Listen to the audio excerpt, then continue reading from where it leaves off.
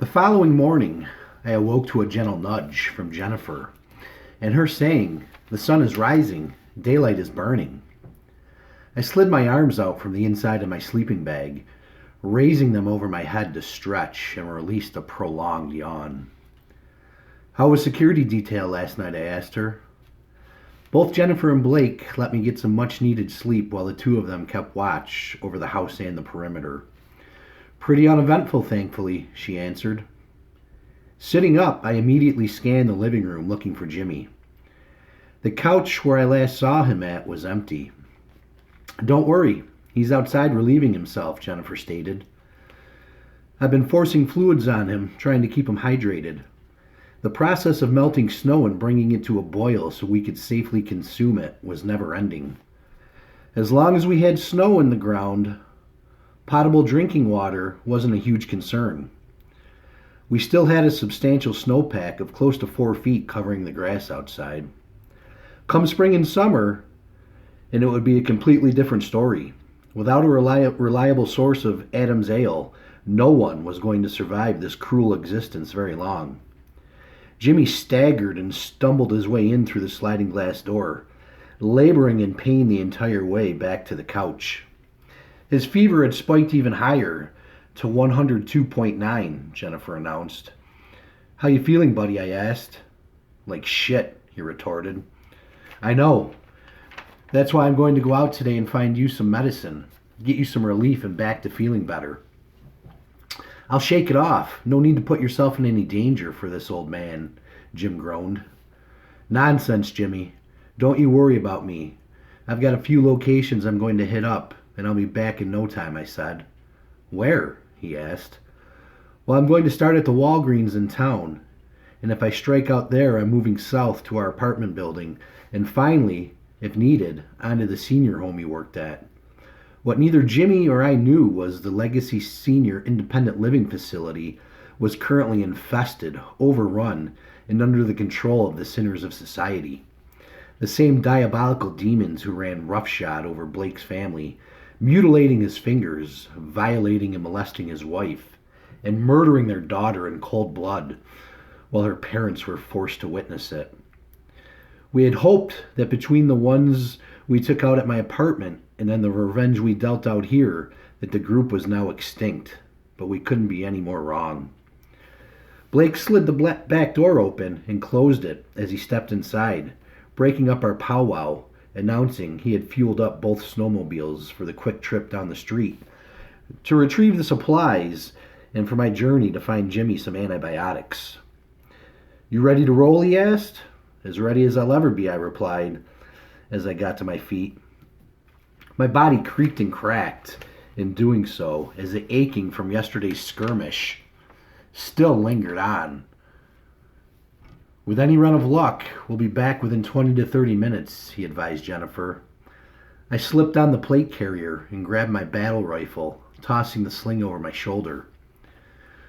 Blake had tied up and rigged 2 snow sleds to the back of our snow machines to load the provisions onto. Never knowing if this could possibly be the last time she would see her husband, Jennifer hugged him tightly and whispered to him to be careful, and then he and I set off down the snow-covered road. It took less than 2 minutes to arrive at our destination. The snow was still blemished and discolored from yesterday's deadly battle. Lifeless bodies littered both the road and yard. As the two of us exited the ski-doos, I tapped Blake on the shoulder and pointed to the front door that was left oddly ajar. I was positive we had closed it. There was no way we'd be so careless to leave it open with such an abundance of life-sustaining staples left inside, I thought to myself. The two of us became laser-focused and remained vigilant as we approached the main entrance. The stockpile of supplies were located just to the left in the dining room, once you entered the war-torn home.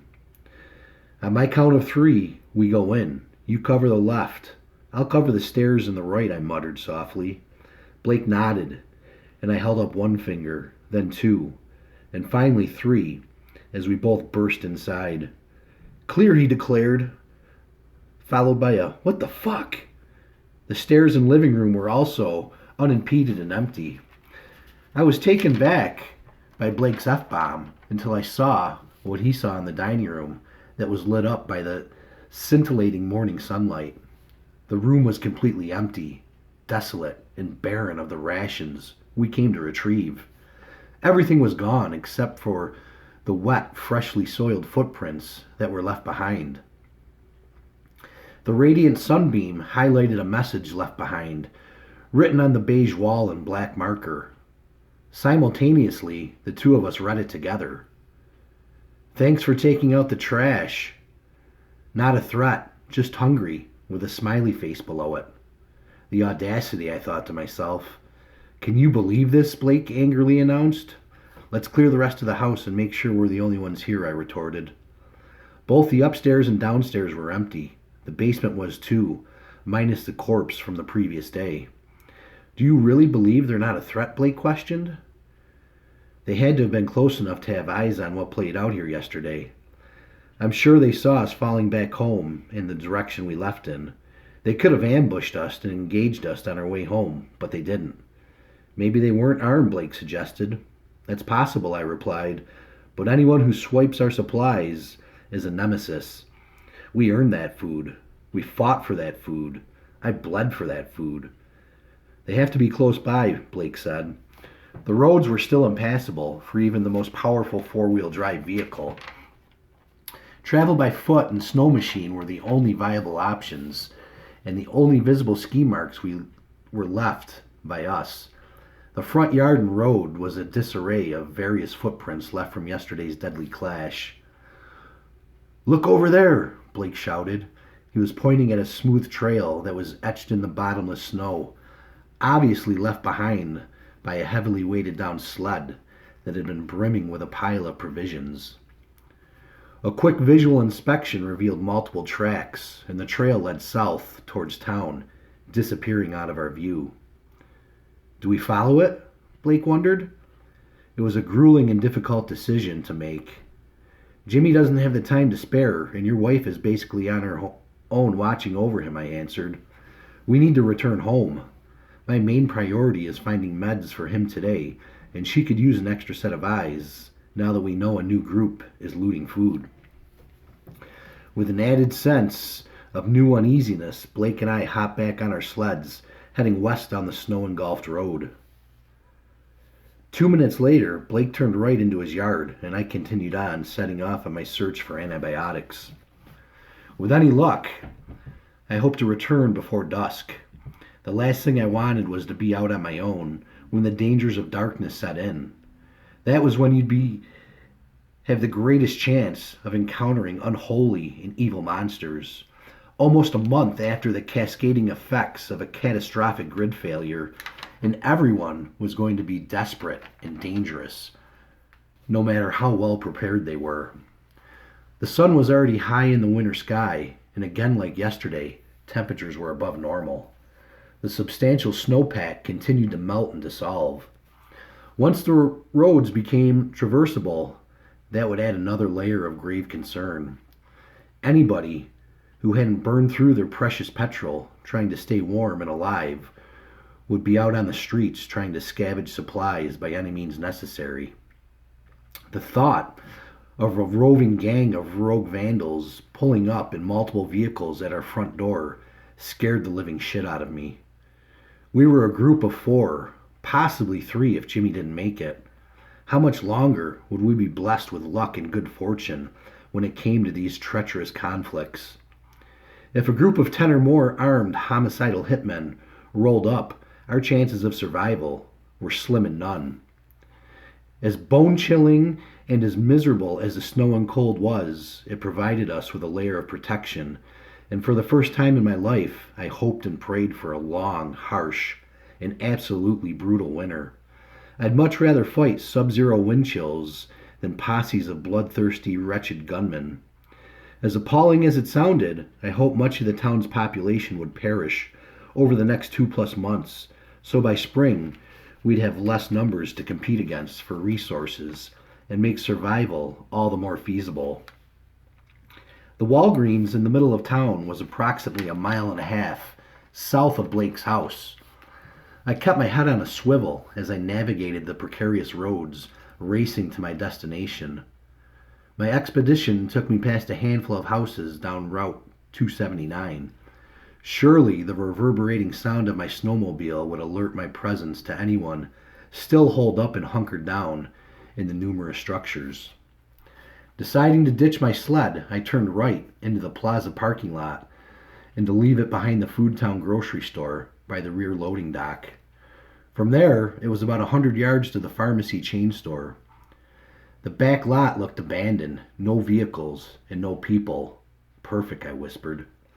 Stepping off the sled, I dropped the magazine from my Glock, examined it. It was fully loaded, and then slammed it back into place. My battle rifle held 20 rounds in the mag, and the pack on my back held additional magazines for both firearms. I wanted to make my way around the back exterior of the building to get eyes on my target, but before I could, the back door to the grocery store slowly squeaked open. I nestled down on the ground next to the loading dock, and once the figure became visible, I ordered him to his knees at gunpoint. "Please don't shoot me," a voice cried out. "Let me see your hands," I commanded. "Yes, of course," he answered, as he held both hands high above his head. With my rifle pointed at him, I traversed the 3 snow-covered steps up to the back dock. The man trembled in fear with his eyes closed until I asked, "Polly, is that you?"